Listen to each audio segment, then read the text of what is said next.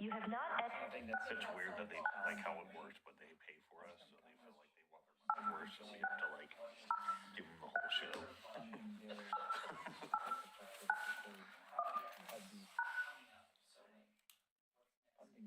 Over years where they enter your participant ID followed by pound.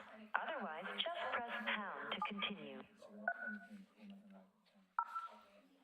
you have to hear this. People Please enter the meeting password followed by pound. they have two in this case. And the outreach is to educate. You are in the meeting now. There is one other participant in the meeting. This meeting's host has enabled Zoom's AI companion technology. You are muted. You can mute or unmute yourself by pressing *6. You have been added to the waiting room.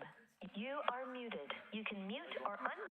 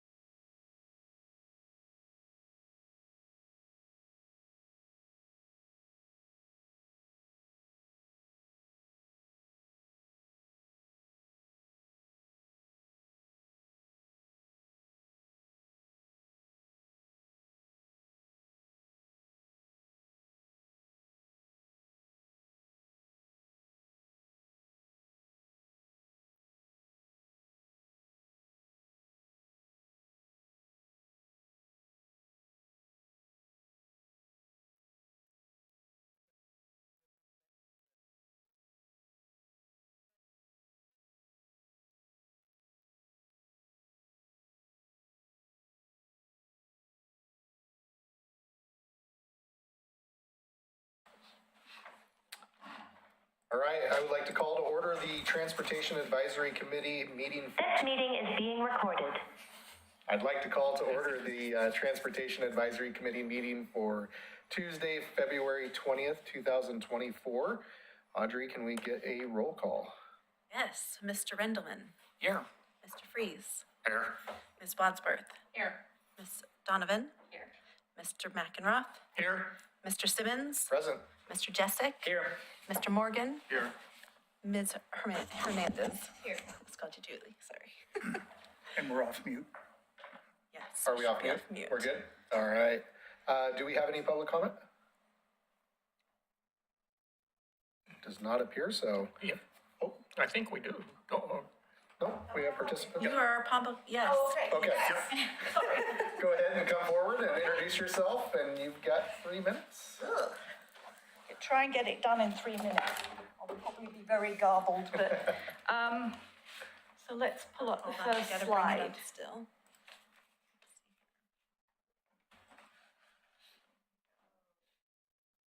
It won't go through one by one by one. Yeah, They let's will. see.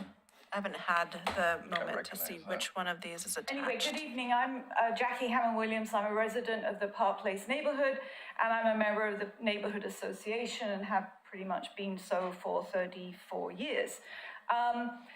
So I'm representing the neighborhood tonight on an issue that has concerned many of us for many years now. And given that the neighborhood has probably doubled, if not over doubled, in the time that I've lived there, and this problem is still remaining. And that is the lack of connectivity to the rest of the city, the lower half of Holcomb I'm talking about, the lack of safe pedestrian connectivity to the rest of the city. It literally is our one way in and out. So the first slide at the top left, I don't know how to do this. Oh, here we go. Anyway, top left, you'll see the end of the sidewalk. Top right, you'll begin to see the area where there are no sidewalks, either side of the street. Then you will see I'm walking down, you can see that there's a bus. This isn't really working. Anyway, the bus is coming real close. This is the area where I walk. On the right of that, you can see again, still no sidewalks. Then we do get a little bit of a sidewalk. You'll see there was some development and the city requires that. And then that kind of connects to the bridge, which does have a sidewalk. Oh, goodness me. But then on the bend, there are no sidewalks, and you can see right here how close the cars come. You can see on the left-hand side, lower left, that the car's beginning to edge over on the double yellow lines because he can see that I'm walking. And on the lower left, you can see that car has gone completely over the double yellow lines, trying to give us a wide berth. And then there's the straightaway. Around the bend, there's the straightaway going down to Abernathy and Redland, and you can see a car there passing on the right. This is topographically a very constrained area, I understand. There is a sheer drop to the left of that metal barricade. There's a steep bank to the right on the other side of the street. But if we can put a person on the moon, I'm sure we can think about something to do with this, because I'm walking for pleasure. There are people who have to walk. We have the biggest low-income development in Clackamas County. A lot of those people do not have cars. They need to get to the dentist. They need to get to the doctor, to the store. They have to walk it. I've seen motorized wheelchairs. I've seen many, many women with young children and strollers trying to navigate this. This is a funnel. Our neighborhood kind of spreads out. And we've had decades of development, and now we've got a really big development going in at 122 homes. Then the Park Place crossing, which is 400, going up to 900 homes, that's rearing its head, and all that development traffic comes up this street. I don't know where we are with time.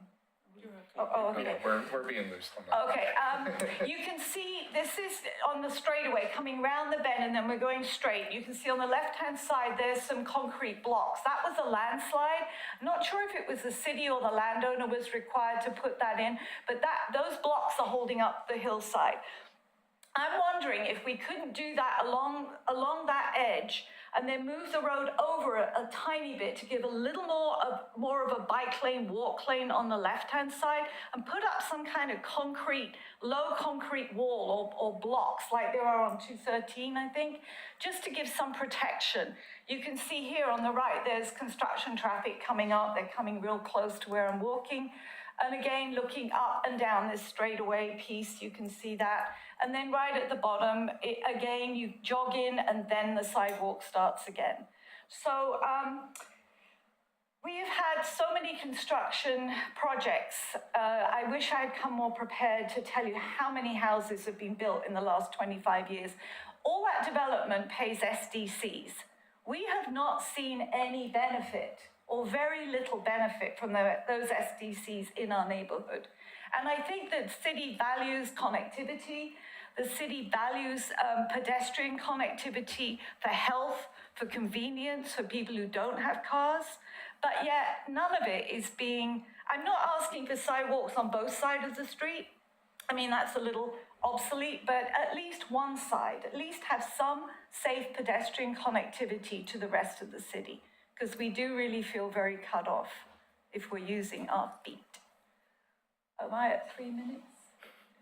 I wasn't counting. Oh, I'm sorry. I was rushing, but yeah, it's become a real issue because with all the development, the traffic has greatly increased. With all the development, service vehicles, with all the development, we have construction vehicles.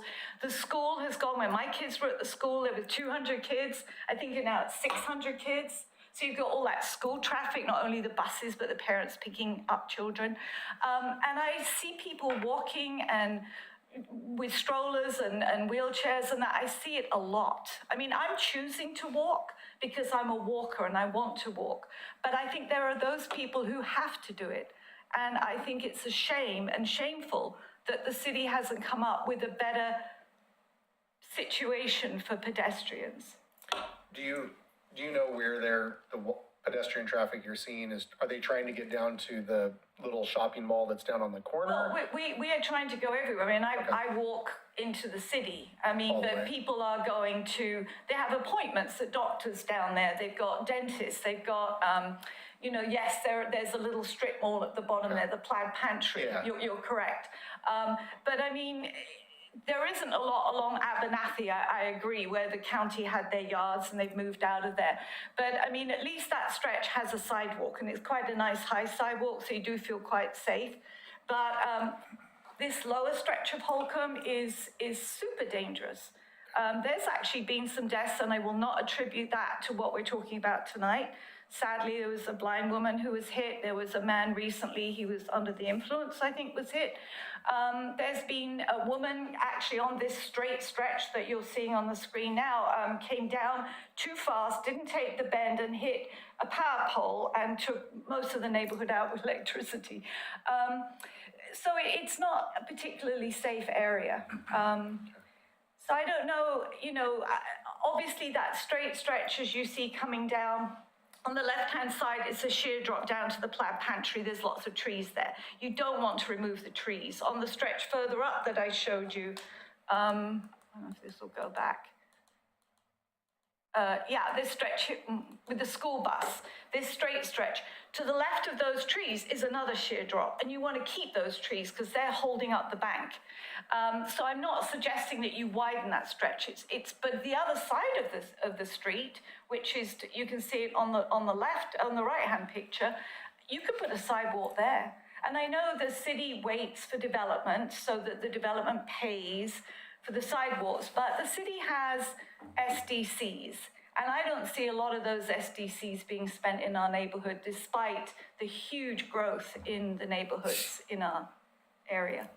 So we've got John on the line, we got Vance here. Do we have any idea where the SDCs in that neighborhood are? I'm sorry, I don't have an answer. Okay. As you all know, I'm operations, so that's not my bailiwick. John is actually on his way down. Oh, okay. Okay. So he's in transit right now, but something we can look into, maybe. I just want to tell you, Jackie, well done on your comments. I've taken some notes. John and Dana Webb, city engineer, will watch the recording so they can hear exactly what you've just said. So I'm sorry, I don't have an answer for you on the SDCs. John and Dana would be the ones to better inform that. Another question, my follow-up is also, is there anything on the TSP that's already set aside for a project in there? I'm not sure. Again, that'd be a Dana and John. I'd have to look. Okay. So there is a grant that has been issued. It's supposed to start this year, next year, to continue the safe sidewalks to school. So from Holcomb Elementary, it will connect all the way up to Kitty Hawk. Yes, I'm aware of that. And then filling in that patch along the steep end. I drive up that street twice a day. Okay. Okay, You know so that. I know I've been living here 5 years now. Right. And there isn't a night I come home late that there's not somebody walking along the edge above the plaid pantry. It's very unlit, so that's something we need to look at about lighting in there. And you're right, you have to jog from left to right of the street because there's no continuous sidewalk anywhere along there. So I appreciate you coming. It's another one of my bugle things I've been talking about, but it's all about where's the money. I mean, when we put the money in to put those crosswalks in, weren't they 100 some thousand? Yeah, that was great. At least we Yeah. have a couple of crosswalks So now. if you think just to make a walk, it's $100 grand. Imagine what a sidewalk costs. But I have witnessed, because I've been there 34 years, I've witnessed so many developments, and we have one small, understaffed, and it's not the right word, but we don't have any amenities in our park, where I've actually helped write a grant, and we're working on that now, Metro Enhancement Grant for our little park. But I'm just wondering where all those SDCs have gone. We've had Barlow Crest, we've had Holcomb Ridge, we've had Trails View, we've had the landing strip, Abernathy Landing up there, we've had the development by the school, we've got the big Sears development, 122 homes coming in, we've got this Park Place crossing, eventually will come in, I'm sure, which I think is slated to start with 400 and then go up to about 900. All that traffic comes down Holcomb. Holcomb has not changed in 30 years. Or 50 years, or 100 years even. I would say it's still like the stagecoach Yeah. from the original settlers here It's because just it's a so rough. two-lane country road, Yeah. with no sidewalks at the bottom, and yet we want to make people healthy. We want to enable them to be healthy, or if they want to walk, or they want to take, I have 3 grandkids. I would love to get them on bikes and go down and go to a park in Oregon City. But I daren't take them. I gotta load them in the car and take them, because it's just too dangerous, so. Anyway, thank you for your time. Thank you for your time. Can I ask you a question? Yes. Do you know the name of the gentleman who is a military veteran that cleans? Yes. That section of the road? Alan Bador. And thank goodness for him, because he actually widens. He takes a lot of city, a lot of work from the city. The city don't have to worry about that lower section. Yes, Alan Bador. I witness him all the time. Yeah. With his double He's leaf brilliant. blowers, and if we had more citizens like him. Oh, he's amazing. He's We not have very well very right clean now, actually, but he's, people have given him blowers, leaf blowers, and they give him equipment, and they give him gift cards to go to the little Pioneer Pizza place down the bottom there. He's amazing. So that stretch where the bus is, you can see, it's so clean. And when there's a storm, it's terrible, branches fall, big old trees, and that. He's out there, he cleans it. He's amazing. And when, there's grit put down for ice and snow, he'll come along and sweep it all away. But yeah, we need more like him, I'm sure. How do you spell his last name? Fedor, B-E-D-O-R-E. Yes. Right? I don't think it's double D. Bedore, B-E-D-O-R-E, Alan Bedore. Yeah, he needs Citizen of the Year, I think. Yes, I'd like to recommend I would like to him on that nominate list, him. I so. think maybe our neighborhood will. Anyway, thank you so much Thank for you. listening. And I don't know what you can do. And I didn't know where to start. Somebody suggested I started, that I came to you. I could go to the Planning Commission, I could go to the City Commission, but. I think this is the right forum. 100%. Is it? Yep. Yeah. And we can talk to Dana and we can talk to John and get some more Yeah. information and get it on a future agenda Think item. outside the box. I know topographically it's so hard, that lower corner, because, you've got the cliff and then you've got the drop. Right. So it's not very wide, but maybe if you chipped away a little bit at the bank, put up some concrete blocks to hold it, which is a good thing anyway, because the rains are only going to increase, we're going to have landslides. And then just maybe make this bit a little bit wider for us to walk on, and then put some kind of low concrete little wall, you know, like there are on, I think it's 213, those kind of barricades or whatever you call them.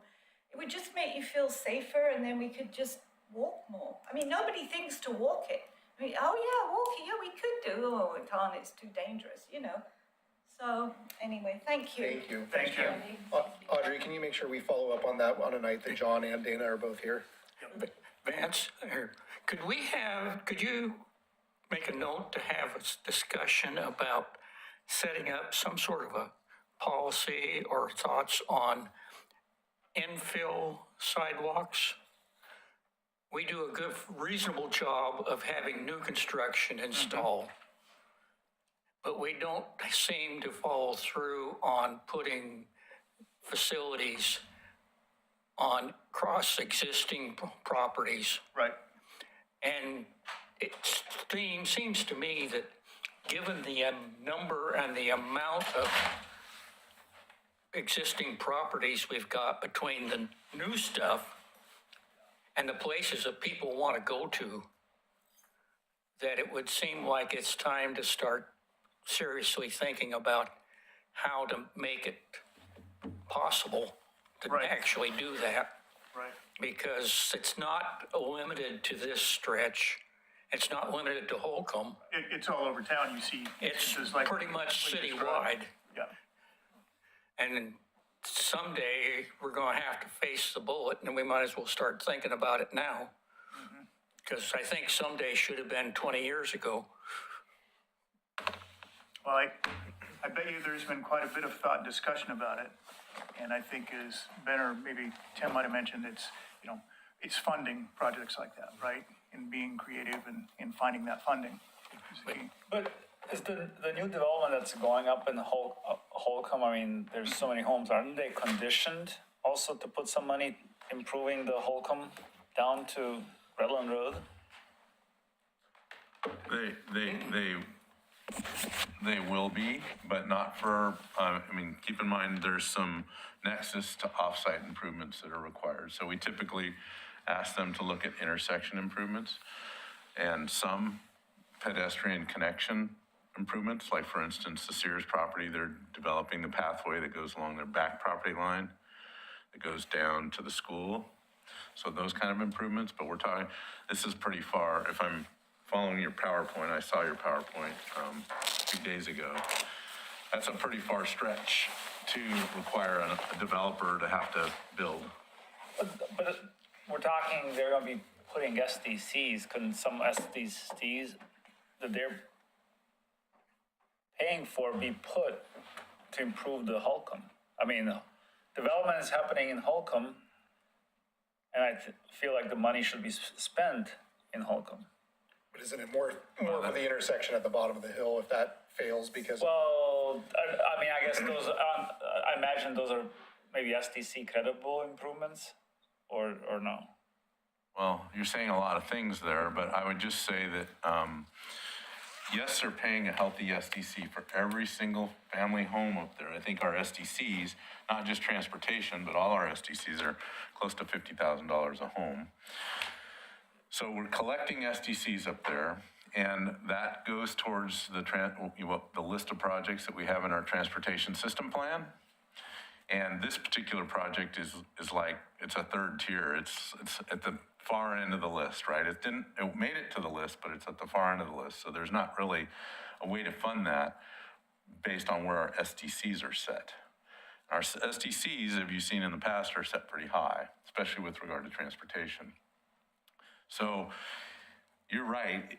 What I heard when I first walked in here, this is about funding, right? It's definitely how do you stretch your dollars as far as you can. And we've been focused on schools, right? We've been focused on trying to get students to schools that could walk to school. So Gaffney, Gardner, Holcomb, you know, those are places where we're trying to stay focused with, and with SDCs. But a lot of the amount we're collecting in SDCs as we just look through our project list of intersection projects, whether it be Redland and 213, we're gonna have to contribute to that. The county's gonna have to contribute to that. Hopefully the state will contribute to that. Beaver Creek and 213, those are big projects that consume a fair amount of the transportation SDCs that we have. So I'd love to see more sidewalks. I really would. I think the biggest problem with this particular piece is it is lower on the priority list. We can reprioritize that when we go back through the TSP, but right now it's lower on the priority list. And there's also, just kind of looking at that corridor, there's lots of geologic hazard challenges along there. We're gonna have to jump through those hoops to just get it, because one element, well, a couple elements of it would be in a landslide. A lot of tree removals that would have to happen along there. So I just think that it's an interesting project. I'd love to see the connection, but it's gonna be a costly project. Jackie, did you want to come back up just because John wasn't here when you presented? I just have a quick question. John, I do realize that sidewalks, the standard that you said is really good and high and very expensive, and it's difficult because topographically that area, as you say, with the trees would have to be removed. But maybe if we think outside the box and don't actually put sidewalks, but put some kind of concrete low wall or kind of barricade. I don't know what it's called, but you know, That's a barrier. Like a Jersey barrier. Yeah, just put that between people walking and cars and construction traffic and everything else whizzing by. Could that be something, rather than just go the whole 9 yards with the beautiful landscape sidewalks and the because it would be too wide, you're right. And you don't want to take those trees out because then you've got a landslide issue, you know, or going down on the left-hand side, that long stretch before you get to the bend. I've thought of this up and down for many years, so I wouldn't want to see those trees go. But maybe is there some way to give us some kind of little buffer between traffic coming?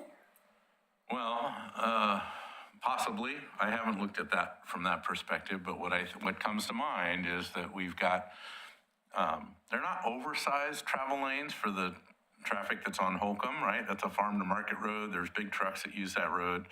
So the travel lanes, I don't think you could narrow up much more. And then you've got the shoulder. And typically when we put Jersey barriers, a concrete barrier or something hard like that, we need to create some shy distance, right? Typically that's 3 to 4 feet of shy distance. That sets it right in the middle of your paved shoulder. And then you don't even have a paved shoulder. So I'm not saying no, I'm just saying what comes to mind is that's a challenge. And I don't know the other piece between the little market or between Redland Road and the bridge. You know, that already feels pretty narrow because it's curved and, you know, got some elements to it. So I don't disagree that it's uncomfortable for a pedestrian, but, because it is, you know, I'm not sure a barrier is gonna, I don't think we have enough room to do more of a barrier. Could we do some of the, what do we call them, the delineators or something like that? A Jersey barrier has Maybe. something like 2 feet on the base of it. Right, yeah. And so you're gonna lose 2 feet of your walking area. Unless you trimmed off the side where there's no bike lane, no sidewalk, the hillside, if you could trim that off a little bit and move the road over a couple of feet to give at least place to put, you know, I know it's a conundrum because I walk it every day pretty much. And I think if it wasn't such a conundrum, it would probably have sidewalks. Although that developed under a county standard, right? That's the other problem with Holcomb is we've been making improvements to it, but it's really an old county road. So anyway, I didn't have an answer. Thank you. Yeah. Whatever. I just see an accident. We can definitely talk more about it. I just wasn't sure how deep we'd go into it today. Okay, thanks again. Thank you. All right, we are on to the approval of the minutes from the last time we met, and that was all the way back in November 21st of last year. One more thing. Oh, go ahead. So, Jackie, tomorrow night, the commission, we're gonna give them an update on the Holcomb Safe Routes to School project. And I'm assuming you're an advocate for that project, right? That's getting more sidewalks along Holcomb Boulevard. So we'll be giving them an update. Unfortunately, one of the updates is the tree removal, because there's tree removals required up there just to get that section of sidewalk built in there. Oak tree? Yes. Yep. So I think there's 17 trees that have to come out of there, and we've got a pretty narrow sidewalk already. It's curb tight. We're not doing any planter strips, but these are tight corridors, and you're trying to squeeze more into them. So that's the outcome. So if you could be an advocate for that, that'd be good. All right. Back to the approval of the minutes for November 21st, 2023. Does anybody have any changes to the minutes? Oh, we have two sets to approve, if I remember rightly. So I'll make the minutes and- motion to approve the interview minutes that we had. Do we have a second? Yes. All in favor? Aye. Aye. Opposed? All right, we're good on the interview minutes. And then the set for the actual meeting. Do I have a motion? I'll make the motion to approve the minutes for the meeting. Do we have a second? I'll second. All in favor? Aye. Any opposed? All right, those two are approved. So then that means that we're still here. Yeah, apparently, yeah, that's right. 'cause We that's never what got we noticed. back The on the letter, list. I believe No. they were supposed to send a letter. I got one. You did? Yeah. Okay. I didn't get one. I'll double check on yours. It's in the mail. Check the mail. All right, and I know we do have a change to the adoption of the agenda. Tim, did you have something to add? Yes, I wanted to add to my pet peeve project. So I have been an advocate of the 213 speed limit reduction, and on January 29th, there was a car that took out the guardrail at the intersection of Redlands Road and 213. And I did a photograph. I can send it to you. This is what it looked like. When I went by there at the time of the accident, a car was laying sideways there, took out the entire guardrail. If the guardrail wasn't there, the car would have disappeared. Nobody would have seen it. I don't know how fast you have to be going to make that turn to destroy a guardrail that size. Did you guys see this? Okay. I didn't.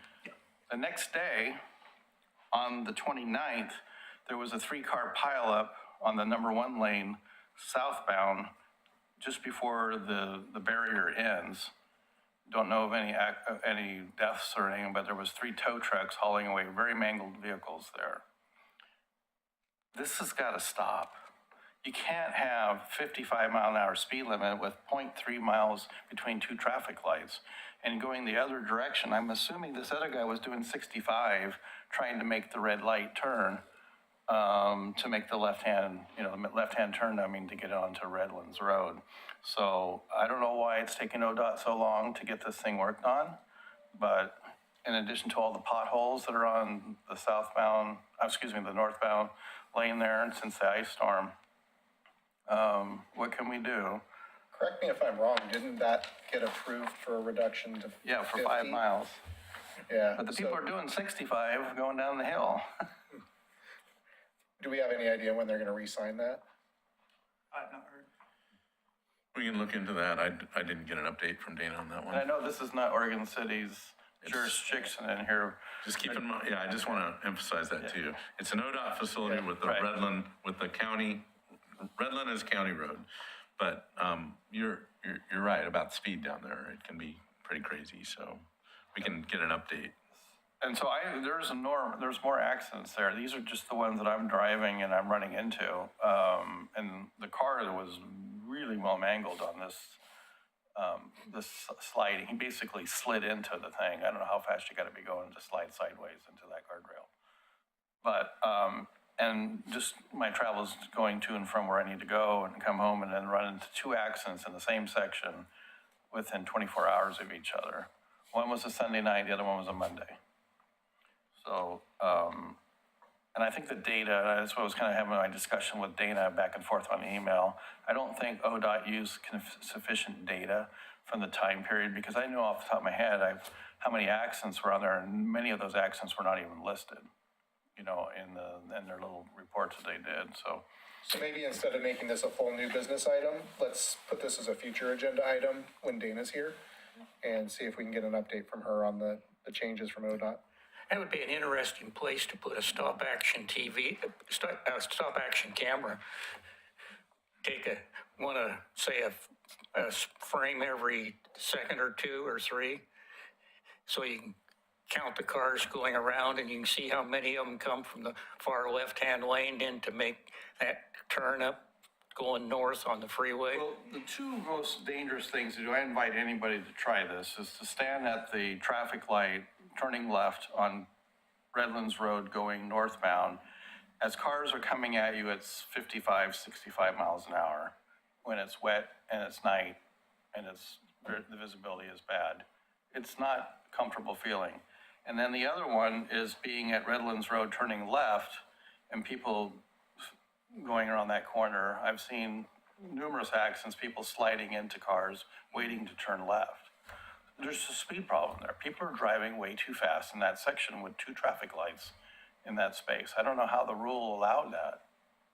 How can you have a 55-mile-an-hour speed limit with 2 traffic lights?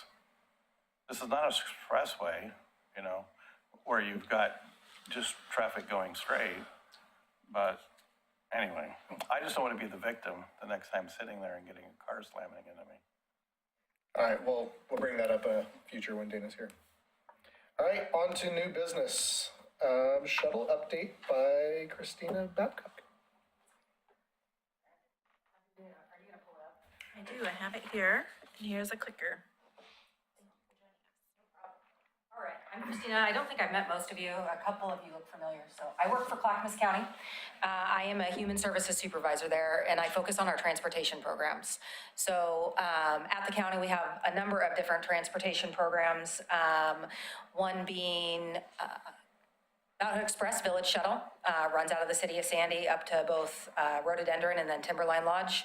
One being our elderly and disabled transportation programs, both at the county and then the senior centers within Clackamas County, and then one being the Clackamas County Shuttles, or CLACCO shuttles, which are relatively new. And I was asked to talk about the last. So I have a short presentation, and then anything's really game for questions. So anything transportation related, I'm up for tonight. So CLACCO Connects are what we called the shuttles, and they were implemented back in 2020, late 2021, 2022, and they were designed to be transit service that provides last mile connections for people within Clackamas County. So for Oregon City specifically, going to areas where TriMet doesn't currently serve, trying to connect people to both TriMet, right? Getting people from homes to TriMet so they can use the TriMet system, education, higher education like Clackamas Community College, and then jobs.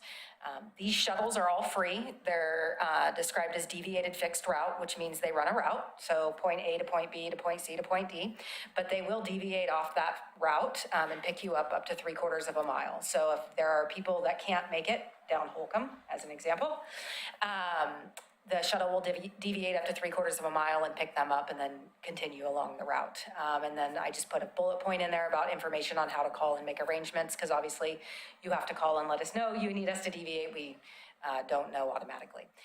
So these are the shuttles that we currently have in operation in Clackamas County. So I'll start with the Clackamas Community College Express shuttle. So for a number of years, Clackamas Community College operated their own transportation service called the CCC Express. Once COVID hit and student enrollment dropped and student enrollment became more of an online activity versus an in-person activity, they no longer could justify funding that shuttle. And so we've taken it over, and the benefit for taking it over is we were actually able to design a route that connects both the Oregon City and Clackamas industrial shuttles. So we have an Oregon City route, and we have a Clackamas industrial route, and then we have our CCC Express that not only connects Community College to Clackamas Town Center, but also connects the two local shuttles.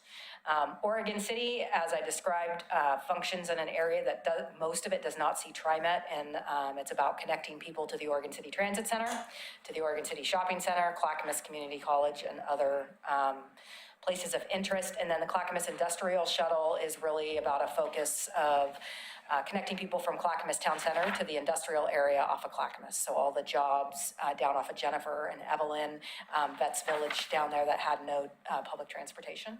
And then just the last little plug is Estacada Shuttle. So we're in planning process, hoping to launch in spring. I say spring of 2024, but I will broadly define spring as anywhere between now and June. And that is a plan to connect Estacada to Clackamas Community College over Redland Road with a few primary stops in some neighborhoods that don't see any transportation currently. So let's talk about the Oregon City Shuttle, because that's what you guys are interested in. So as I said, July of 2022. When we designed the original route, it was about 90 minutes, worked hard with John and Dana and others to try to figure out, what areas of the city needed to be served, how we could serve them, lots of competing interests. And so we came up with a really long route. Ridership was not what we had hoped it would be. It required people to ride a loop, right? So if you were going to start, as an example, in a neighborhood off of South End, right? And you wanted to go to the community college, that was a relatively quick trip. It wasn't too bad.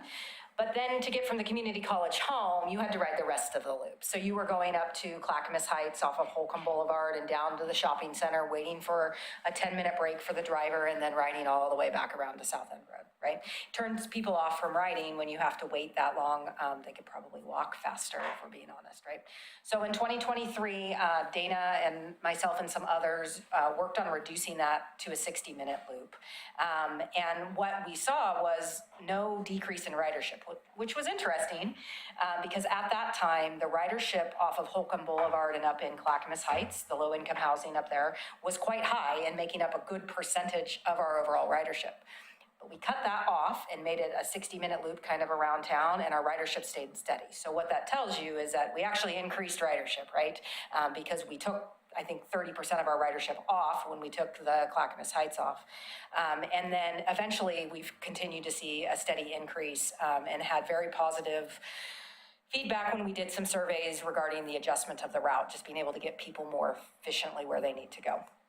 So this map is small on this screen, but this is kind of a cutout of what's on our current website, and it highlights the main stops. All the little yellow stars on there are stops, but the letters are the main ones. So as you can see, it starts at the Oregon City Shopping Center and comes up towards the Transit Center and City Hall, comes through the South End neighborhood, over to Leland and Myers, and you got Winco, and then hits the CCC campus.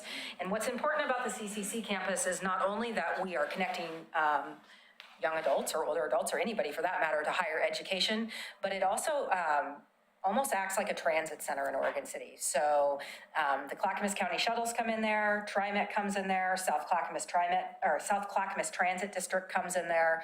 We're talking to Canby about potentially coming there as well. So we're really not just connecting people to higher education at CCC, we are also connecting them to TriMet, right? So that they can get where they need to go. Then we come down and serve Beaver Creek. We hit the county offices, I think for probably obvious reasons, head to Grocery Outlet, have to hit the hospital, and then back to Oregon City Shopping Center. Oregon City Shopping Center also acts somewhat like a transit center. There's a stop right in the front of Oregon City Transit Center that has some TriMet routes, and Canby is going to go there shortly, and Wilsonville will actually be stopping there whenever Bus on Shoulder on 205 gets up and going. So there's a reason why we stop where we stop, and a lot of them are obvious, but not all of them are obvious. Schedule, I'm not going to go through this, but this is what our schedule looks like, essentially running every hour and 10 minutes from 6:30 a.m. to 8 p.m. This is Monday through Friday. And then on the weekends, we run a modified schedule where we're just running 6:30 to that 6:30 run to the 11:10 run. So we get people where they need to go in the mornings, and then we haven't done evenings. Where can we find this schedule? Oh, at the very end, I'll give you the website. Does that work? Okay. So 23, 24 ridership, that's kind of what that looks like. I won't drill down into it for you guys, but as you can see, when we first started in 21, 22, about 2,300 rides. Last year we had almost 5,000, and thus far this year, which that's only actually 6 months of the year, it's only data through December. I didn't actually have January when I made the presentation, 3,500. So we're probably tracking somewhere around 6,000 to 7,000 rides. These aren't huge ride numbers if you were to compare them to TriMet or another large public service provider. they're not huge. But this is a service that TriMet isn't willing to offer. So we're getting 7,000 people where they need to go by offering this service at no charge. Here's some more fun graphs, because I like graphs.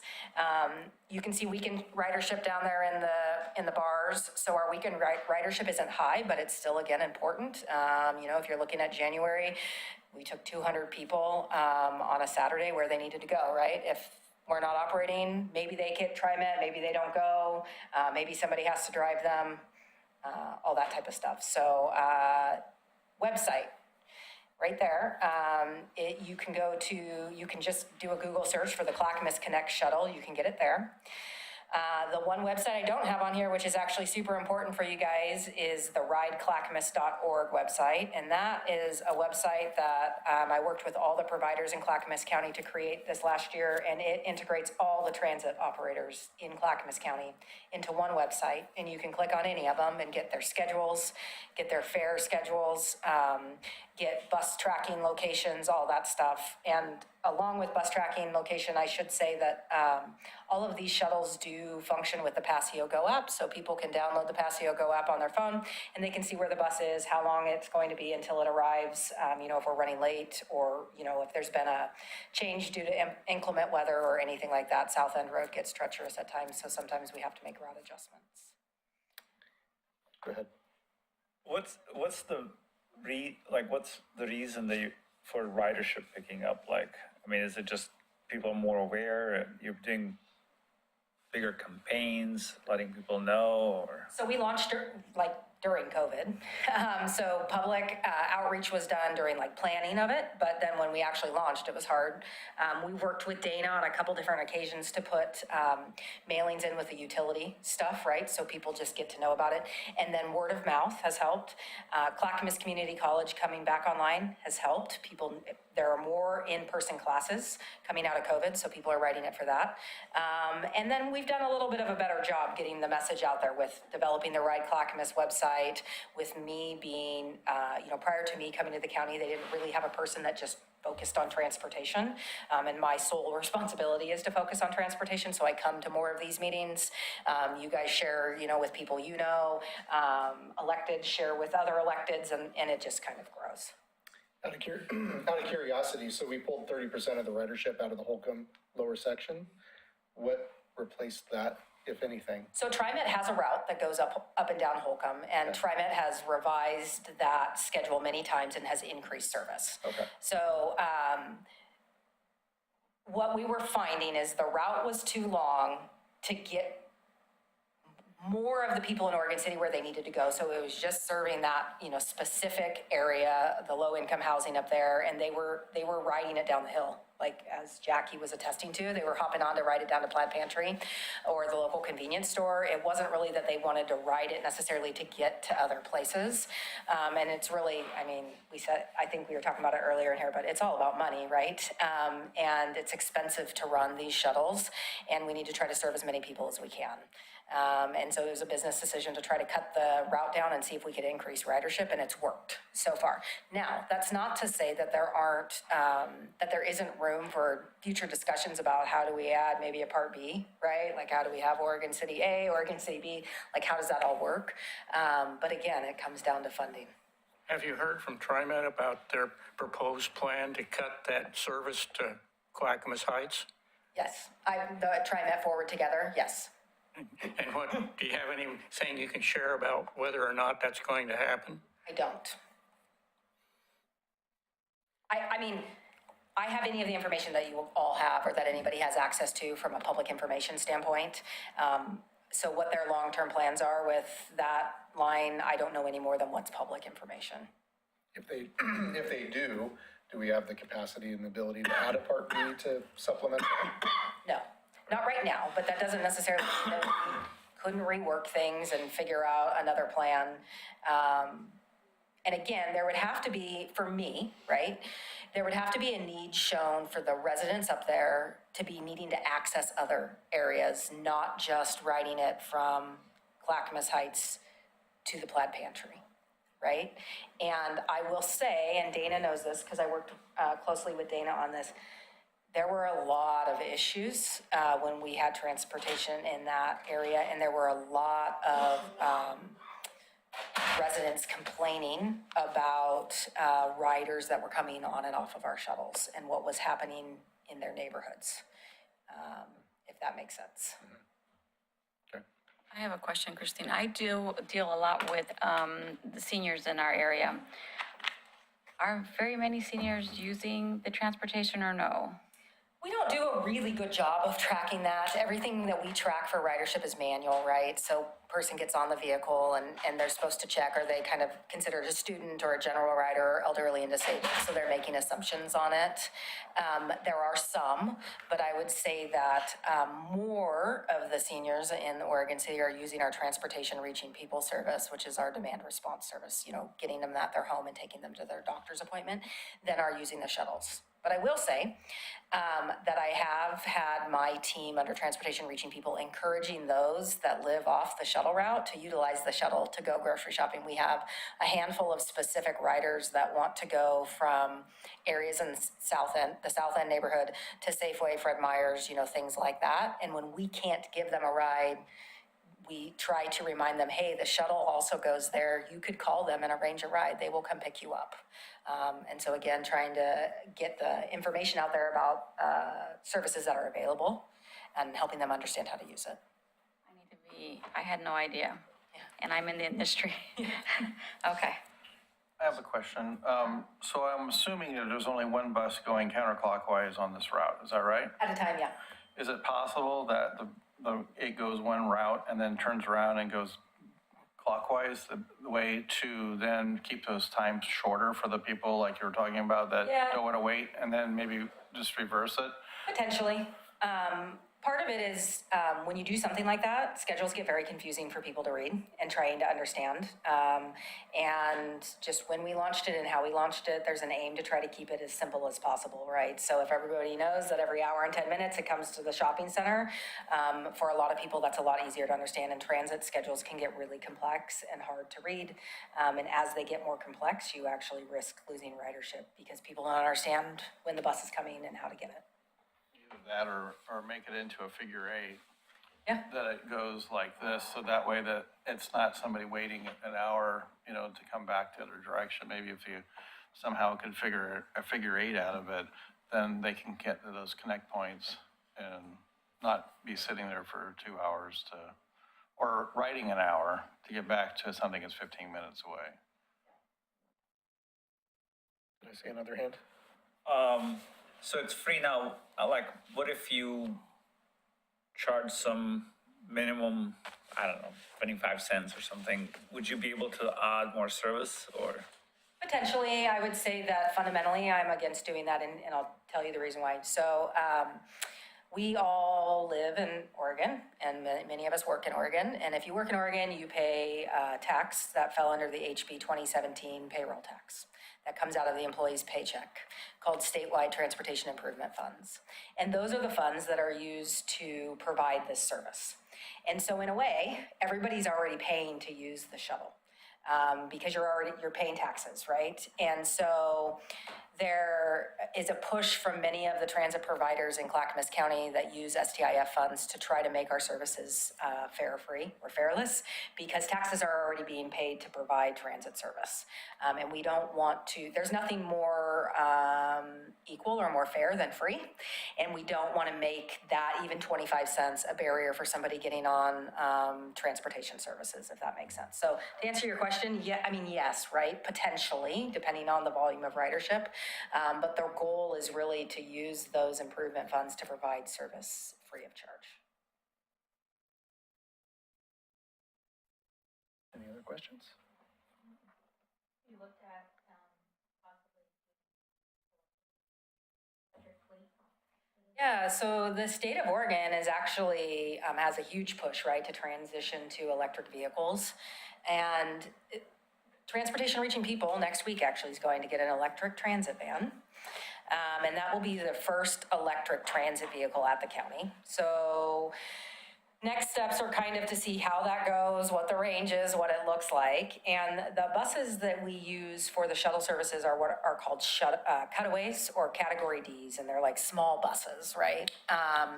And right now, there are no cutaways that are electric. That technology's coming, it's not that far away, but they don't currently exist. And some of the routes have ridership that demands that we have a vehicle that big, like the Clackamas Industrial Route averages like anywhere from 2,000 to 3,000 rides a month. We need a vehicle that size. Oregon City isn't as much, and so there is some talk internally about, do we try an electric transit van on that route, right? Something with 8 or 10 seats, or not even 10 seats, 6 to 8 seats, with the capacity to handle a wheelchair. So it's in our mind, like we're thinking about it. And we need to do a fleet electrification, like transition plan to try to get a handle on what that looks like, because it's expensive, right?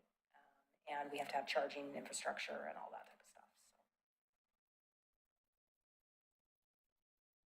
So. All right. Well, thank you very much. We appreciate it. That's it. All right. Let you off easy. Thank you. Thank you, Kristen. How are you? Thank you very much. All right. Looks like we're on to the Public Works report.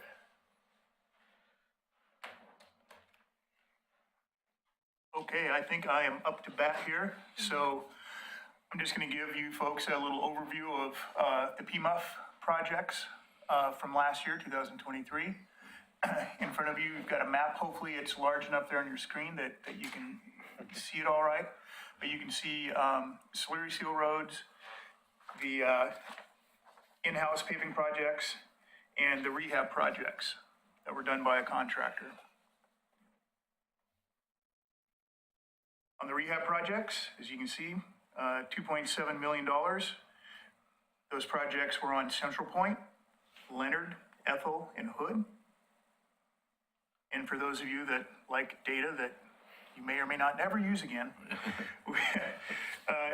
as part of the rehab projects, 6,585 tons of asphalt were used, almost 10,000 square feet of sidewalk, 33 corners, and of that, 46 ADA ramps were installed. And I will tell you that although asphalt is expensive and labor is expensive nowadays, one thing that makes that price tag go up substantially is all of those ADA ramps. But we have to do them. It's part of the Americans with Disabilities Act, and it's not something that we can elect not to do. So that's a part of it. So is that city's requirement to pay for that, or is that federal money coming in to do these ADA ramps? Oh, that's money coming out of the PMUF fee that the residents of Oregon City pay. We don't get reimbursed by the feds for the There's ADA a lot ramps. of it going on all over the place. All over. You're absolutely correct. It would be wonderful if the feds would supplement us to help those costs, but they do not. We have to absorb those costs as part of the program. Vance, Yeah. one of the things I've noticed from wandering around the neighborhoods is that we're getting a lot of damage to the streets from the school buses, that they ride 2 or 3 or 4 buses, depending on what's going on the same route, the same direction, twice a day. And those lanes that the buses are on seem to be deteriorating faster than the other lane that's going in the opposite direction on the same street. And they're not the main roads. So I'm thinking that might be something to be considering when you're starting to lay out these future repair jobs. I see where we're going with it, but on the rehab projects, these are not full, depth Right. reconstruction. Right. For the most part, they're a 2-inch grind with taper grinds at each end. So we're just doing a 2-inch overlay on these with some spot repairs where the pavement could be very alligatored up. But again, for long distances, they're not tearing all that out. I'm thinking 4th Avenue really shows it, and the alligator is on the uphill lane. That's the way the buses are going. They go up and they turn on Monroe and come out. And it seems like if we were going to repair 4th Street, per your discussion, it would look like that uphill lane would be the one that would get repaired first. And so I'm thinking maybe a more critical look at some of these bus routes, streets, maybe in order, just to verify whether they actually need our attention or not. Right. Good point, Henry. Thank you. I just want to add one thing. So a lot of our numbered streets downtown are beyond mill and overlay. They're likely going to be a rehab. That's what we've been doing with 6th and High Street and Center Street. Some of them I know are approaching rebuild. Yeah, and we're kind of trying to manage the sewer work that's coming to that neighborhood along with our paving work. But I agree that, bus traffic, whether it be TriMet or school bus traffic changes a little more than TriMet bus route traffic does, but they're heavier vehicles and they're on these streets that what we found have no, so we have a standard, which I'm going to go through our standards here, but we have a standard street section that's 10 inches of rock with 4 inches of asphalt over it for a typical residential street. We might find 3 inches of asphalt out there over dirt. Right. And they're hitting it twice a day. Well, it's just, whether it be a bus or a 1-ton pickup truck, the vehicles that those streets were designed for were And even a 1-ton a little truck different than what anymore they is see 3. today. But I agree, trying to utilize, that's what Josh has really been doing with working with Vance and others, is try to build these layers of information to kind of help inform where to spend our money. Yeah, it's a tough job. Thanks, Henry. Lastly, on the rehab projects, thermoplastic, think long line striping, yellow line, white line, stop bars, 11,255 lineal feet. Moving on to slurry seal. At overall cost of $204,697, 97,000 square yards. I think the highlight here is the data that I thought was kind of cool. I had Jason pull it up. Is we touched 29 streets in town, and typically year to year we're trying to target 25 to 30 streets in town. And I won't go back to the map, but if you look our slurry seal streets, we try not to focus on one particular area. We try to spread the love across the city. Our thought is that it gives residents, a better understanding and feeling that, okay, the city is performing some work in my neighborhood, quote unquote.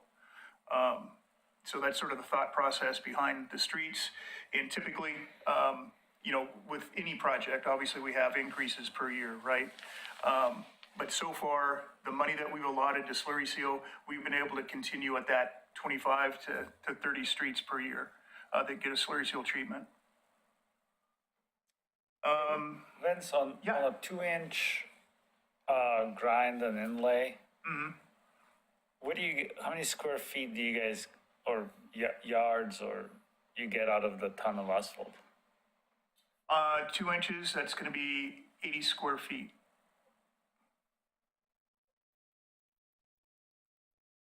I used to always have since I was paving. See, I didn't just make that up. I actually knew that one, Jim. Okay. 2.5 inches. A little less. Right. In-house paving projects, just as the name implies, this was done entirely by Oregon City staff and equipment. They did Caulfield Road, which was a county road until about a year ago. And the county did give us some money in that jurisdictional transfer that we utilized to pave Caulfield Road. We got lots of really good support from citizens on that. And if you've ever driven it or have opportunity, it was in pretty rough shape before, and it turned out very nicely. So I think you live on Caulfield. Well, my sons do. Gotcha. I knew there was a connection there. Our farm is at the end of that street, so I was like, yay. So happy. We like happy customers, but we really like when they're part of the TAC board. I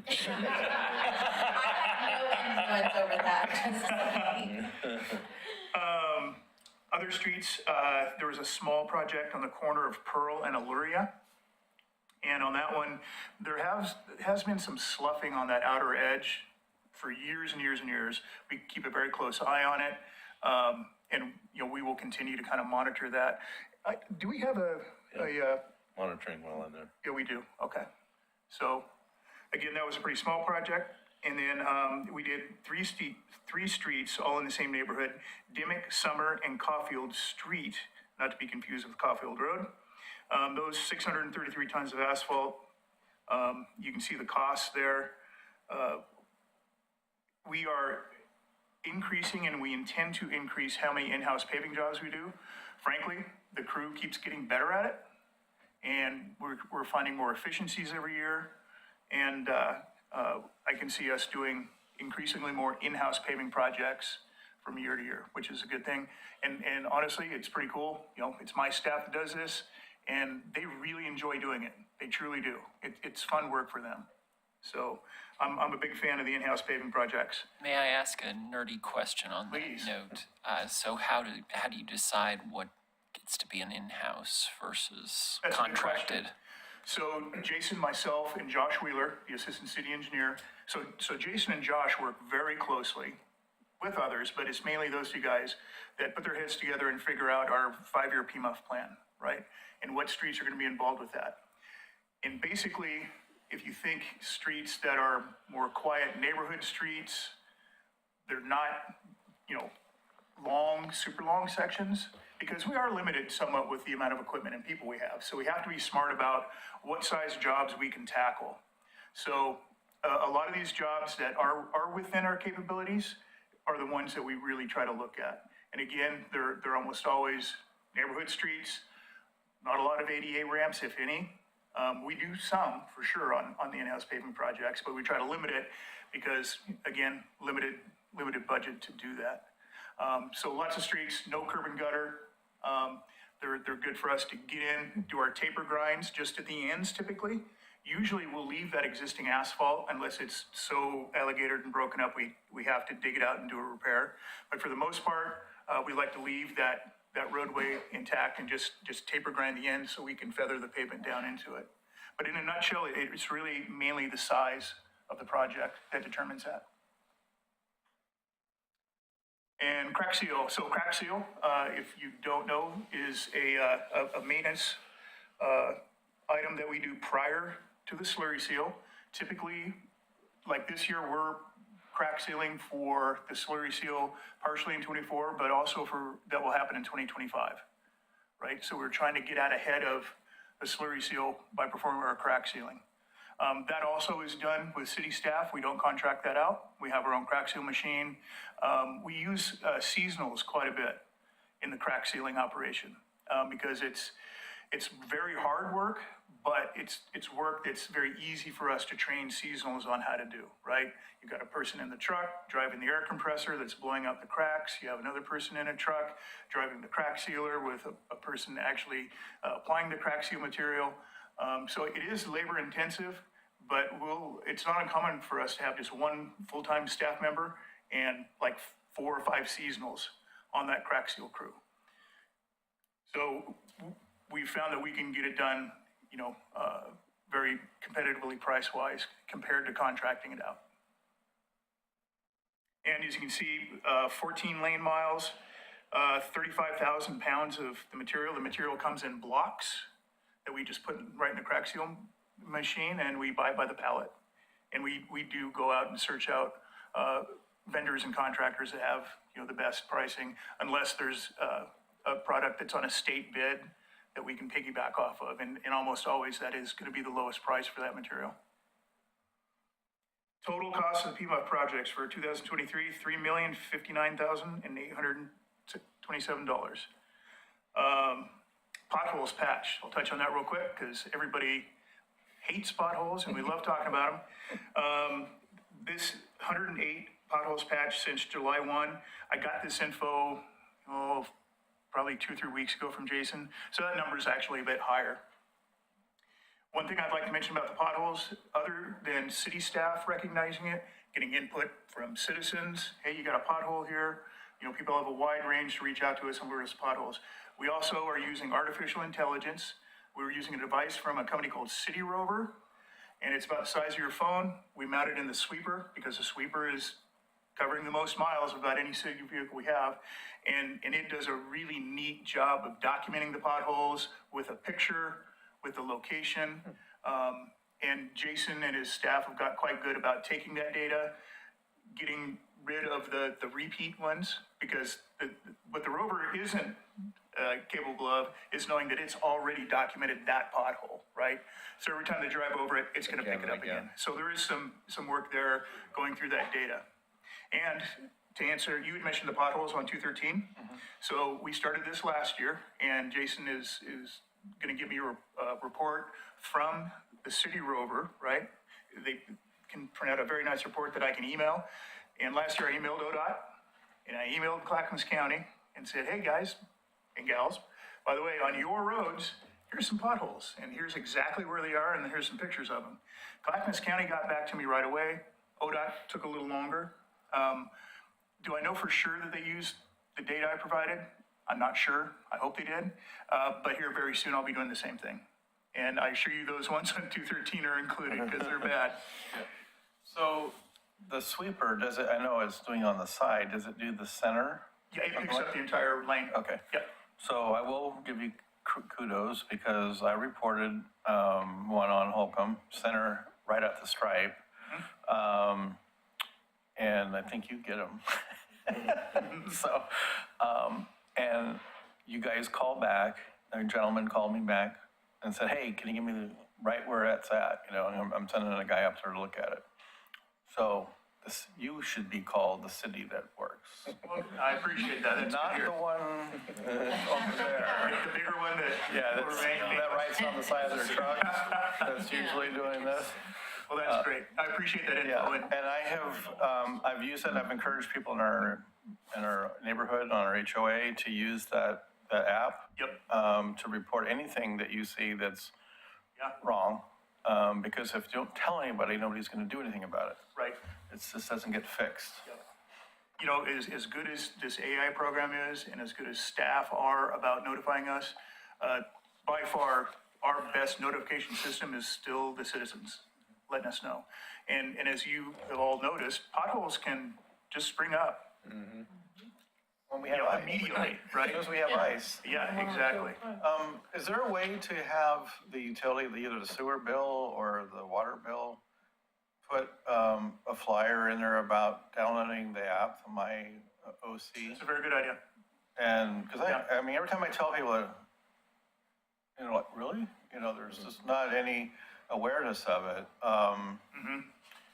And I think the more citizens know about it, the more the city will be more efficient on, you know, attending to those matters and stuff. And so you can get them before they become expensive. Yeah, You know, absolutely. when you're just digging big holes. Yeah. I mean, we truly, we want to know about them, right, as soon as we can, and we'll put them in the queue, and Jason also does a very good job about mapping out, especially with the City Rover and AI. He can look at a map of the city and just plan a nice route, so we're not making a star, right? We have a nice route that we're utilizing our time in the best manner, but we do like hearing about them soon, so thank you for that. Oh, I was just gonna ask, did you or Mr. Thornburg have a plan for 2024 yet that we can? Good you mentioned that. That's a good segue. That Okay. is not on there, but it's a note I put down earlier. I'm in a future meeting, maybe next month. I'd like to give a report on what we have planned for this year. Perfect. Yep. And lastly, again, it's not on your screen. I just want to let you know that Jason and Audrey worked a bunch on the 2022 PMUF report. Okay. And that's currently online, I believe, on our city website. And here shortly, the 2023 PMUF report will also be online. And that's the big report that has much more data and information than what I gave you this evening. Okay. Okay? Question, so Dana mentioned, you know, like up on Holcomb, that the south side of Holcomb going eastbound, that they were not going to be paving Icon. It was only on the west side, north side of it. can we make a recommendation to pave both sides? Because they're doing like major cutting through there. I mean, it's not a week goes by that they got plates back in there again. Is that up by that Sears Farm development? Yep. You know, now it looks like they're putting the sidewalk in or making the road wider, but they were back there cutting across to the sidewalk to the other side. So we're getting like moonscape up there. And I just hope they don't, you know, start building and then say, sorry, we'll enjoy our speed bumps. Yeah, we can definitely look at that. Okay, Typically, we require them to do half, so center line, Yeah. plus another 10 feet. They're gonna need to do the whole side. It's chewed up all the way down on both sides, all the way there. I mean, I don't know why they can't just cut and do their splice in and be done with it. Why they keep cutting back in the same spot or near the same spot. I don't know if they're hooking up sewer. Probably different utilities. Yeah, it's probably a variety of reasons, but we can look at it, Tim. Yeah. And in cases like this, yes, John is absolutely right. We usually have them do the half street improvement. However, if we can show that through their development and trucks that they've damaged the other half, that gives us much more muscle to go after them and have them pave that half. It's not a for sure thing, but again, it gives us a little more muscle to do it. It's been cut and replated and cut again, so, yeah. It'll be interesting to see what it looks like when they're done. A couple weeks ago, and now it's all on the other side of the road. Yeah. And they're going. Well, they haven't even started any of their paving though. Right? They haven't started paving. No, they'll patch it. I did mention that one time to you about how bad it was on the patch job, and somebody obviously went out there because then a few days later, they were out there smoothing it out really good. I mean, before it was a speed bump. Yeah, my sense is everything up there is temporary right now. They're just temporarily patching it back, and at the end of the day, we can usually get a pretty good paving project out of them. So we'll look at that. I mean, so you're not using this budget? Right. No, not the FEMA budget. Right. No, that's what I'm saying. So we're not using this budget. That's right.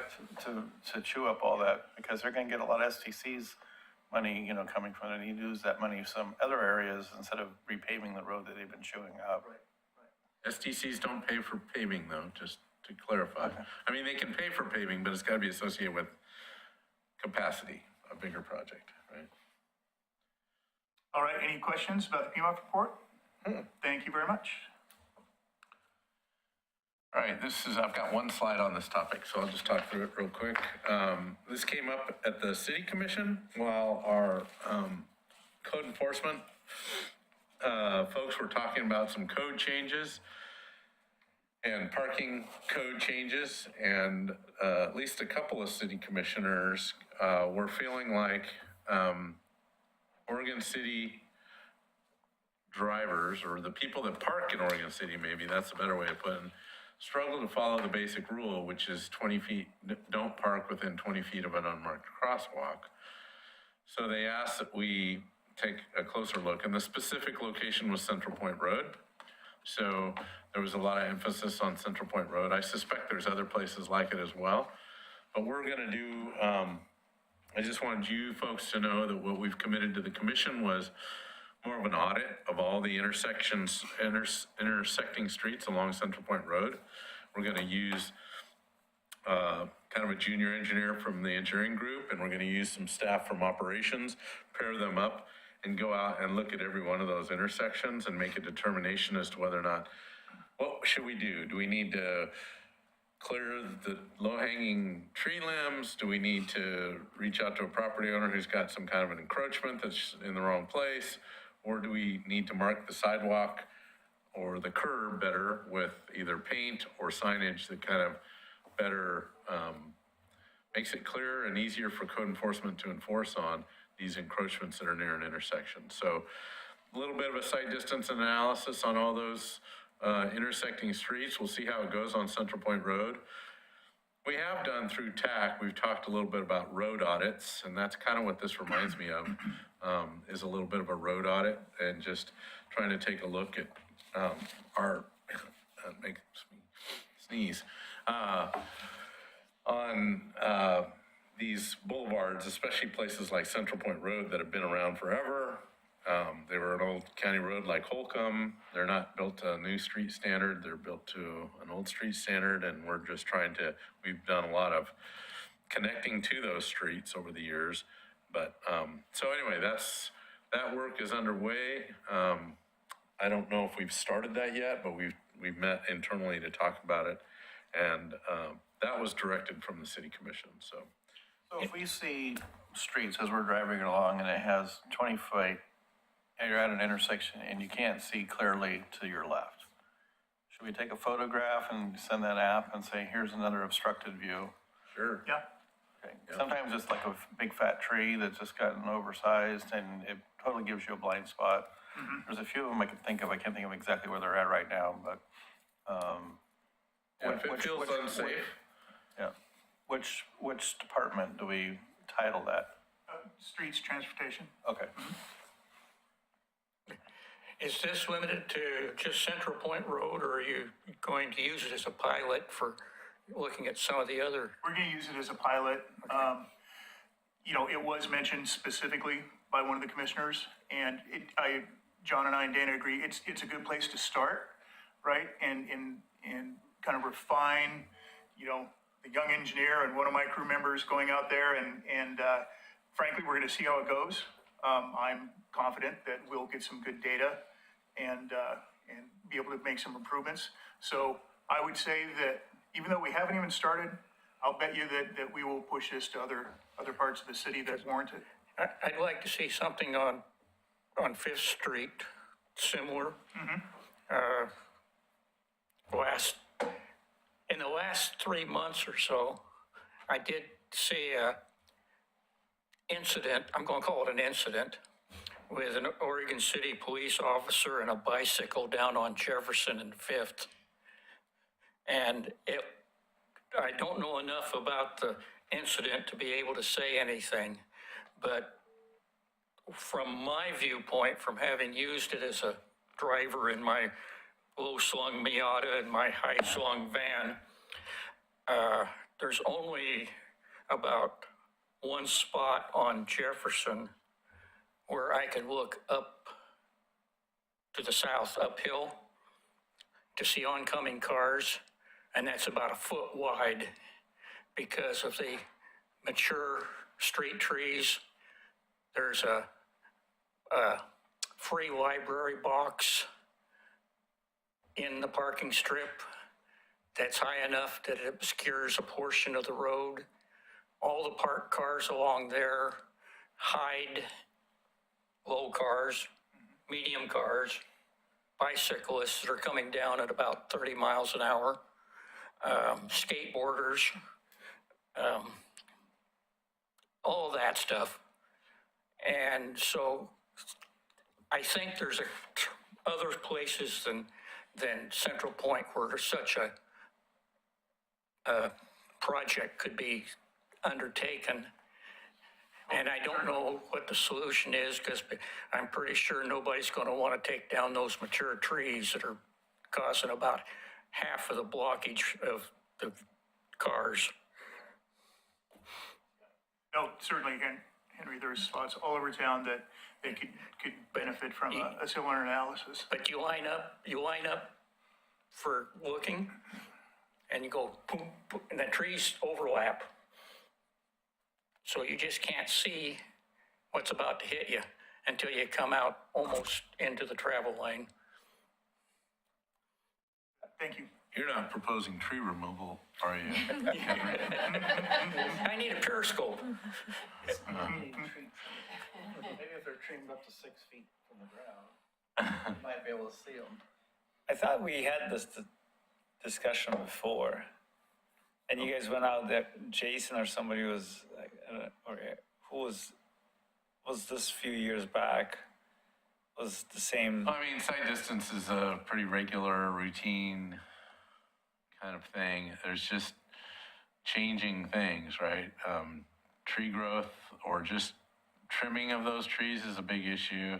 How close people park to the corner is an issue, because a lot of people are abusing that, even though the basic rule says, hey, you need to be 20 feet. It's not super clear where that 20 feet stops and starts.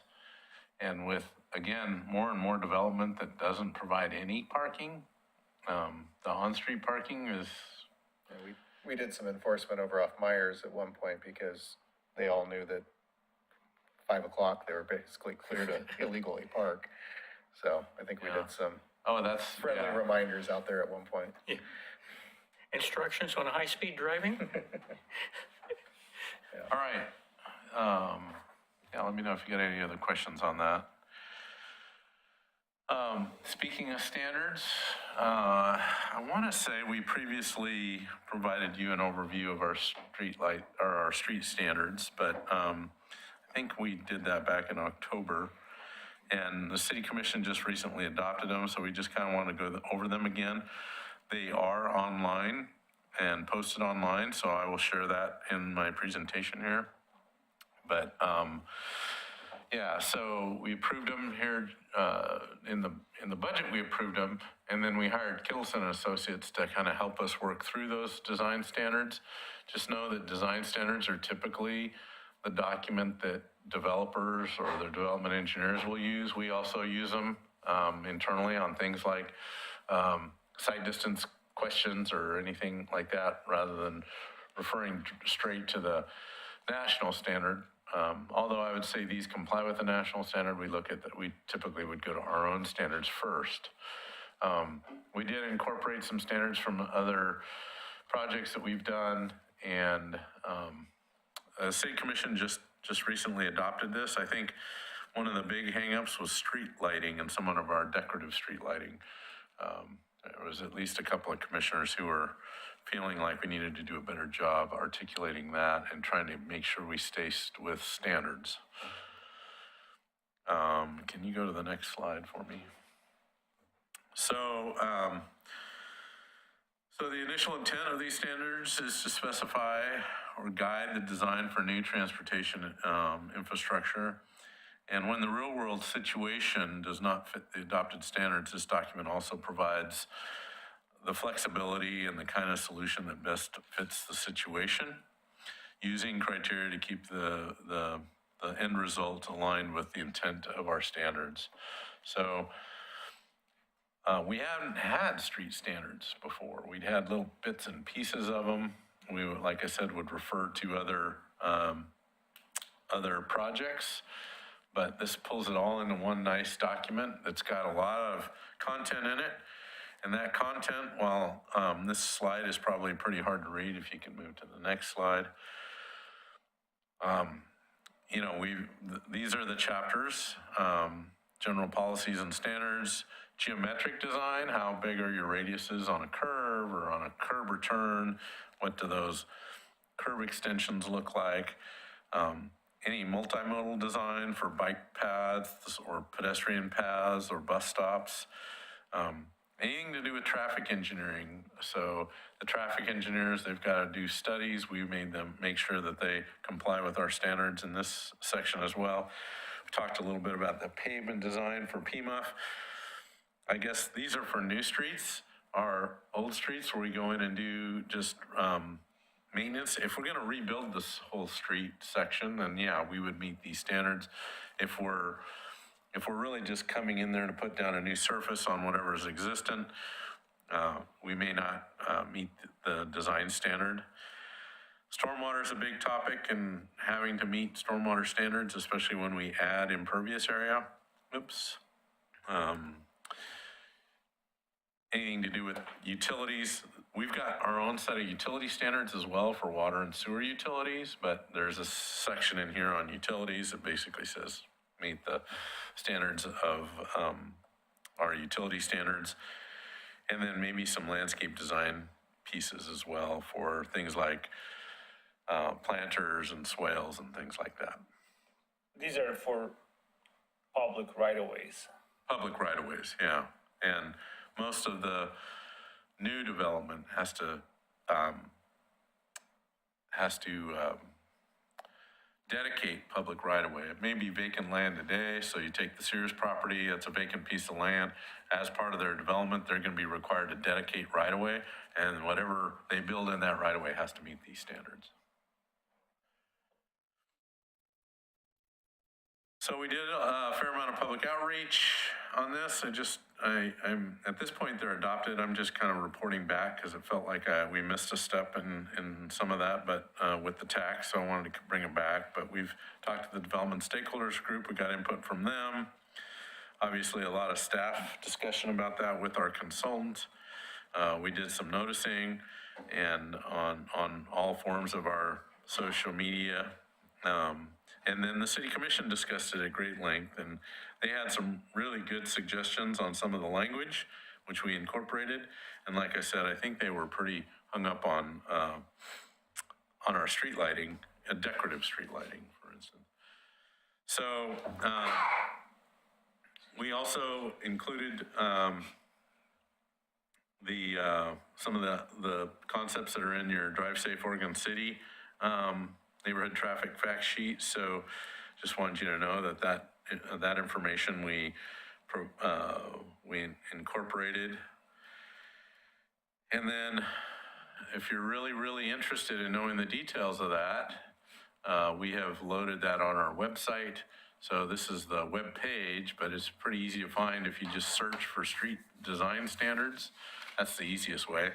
In fact, that's how I got there. And then I just copied the address for it. So you can definitely get there and see some of the kind of tools that we use or we refer developers to when they need to do public improvements in the public right of way. Deal. And with that, Did I see an email, John? You also visited the Kenema neighborhood association? Was that you? yes, so How did that Josh, go? I didn't, but Josh took this to, I think it was the Kenema neighborhood. Now, Kenema is a unique little spot compared to a lot of the other parts of the city. So many, and we would not necessarily apply a typical street section in a development or a redevelopment in the Kenema neighborhood. He was there though Thursday. Yeah, that's what I Right, thought. two different meetings, I mean, two different topics, I think, so Okay. I was there, I was at the last Kenema neighborhood, but Josh took this topic to the To Kenema them, neighborhood. to yeah. president. Okay. Yeah. I talked about, what did I talk about? Oh, I talked about rights of way in the Kenema neighborhood, so is that what you're talking about? Yeah, I wasn't sure what emails you were talking. Somehow I knew that you were going in, it was a transportation topic. Oh, okay, sorry, too much email. I didn't know if there was anything that was brought to you that needed to roll up. No, It was on my phone. I didn't bring this to them. They have seen this, I think, but, yeah, we've kind of, I mean, there's been lots of questions about, Kenema has like 60-foot rights of way, and yet their streets are like 20 feet wide. And so there's all this room between the edge of the pavement and their property, and especially the newer residents in Kenema, they don't understand that, because not many of the properties are well monumented with property corners. And they would like us to do more with right-of-way, those unimproved rights-of-way where trees maybe have ivy on them or they're, likely to fall. They'd like to see us do more with that kind of work. So it was kind of a combination of that, but we really didn't talk about standards. It was more about right-of-way, how we manage the unimproved right-of-way, and then how we, if there is a need to encroach in the right-of-way, the city has a process, and they need to come to us with permission to get that. The city commission is the only group that can give them permission to use the right-of-way for like a driveway approach or, they've got, in Kenema, everything's so steep, you kind of have to utilize that space. And sometimes there's actual structures there that they've built to get from, their driveway or their garage to the street. So talk to them about that. Hey, John, when we had our reappointment interview with the mayor, she brought us a question about slowing the traffic down at the hairpin turn by the mill going down 99. Did you get her answer? Where joining up to where you guys did the re-beautification, right where the Subaru dealer and that area is. Not recalling, can Okay, we? which street? 99. Remember she was asking us to come up with an answer, how to slow the traffic? coming south, northbound on 99, past the mill, the old mill. Oh, you mean that big sweeping turn right there? Yeah. The mayor was asking you to come up with a solution for how you would make that, How to slow the traffic down. how to slow the traffic down. So I was wondering if she got an answer. I don't think I'd never talked to you guys about that yet. No? Decoy, Not that I the recall. decoy of a police officer with a radar gun. Yeah.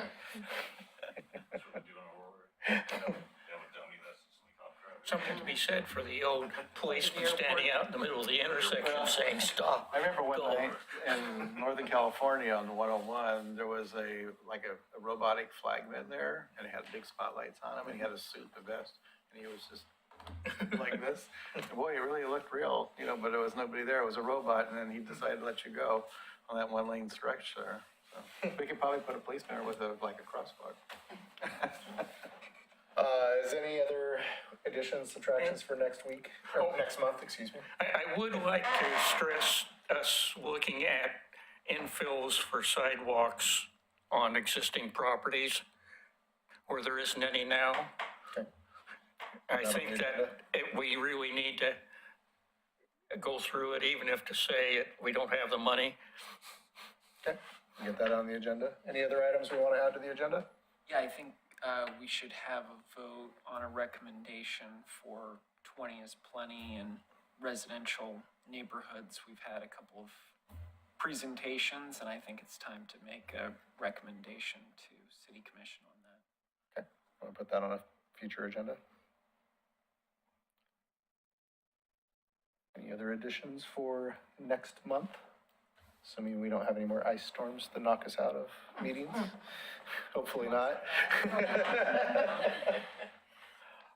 All right, any other communications before I close this out?